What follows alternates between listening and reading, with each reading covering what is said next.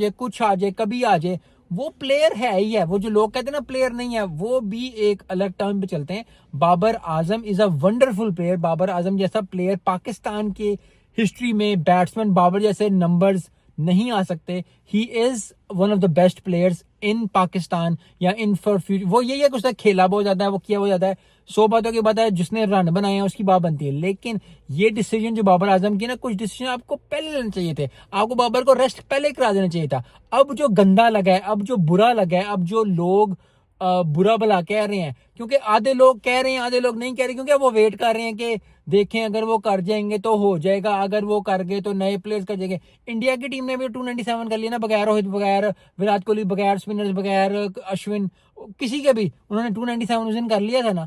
तो ये one of situations होती हैं, इस तरह चीजें नहीं करते।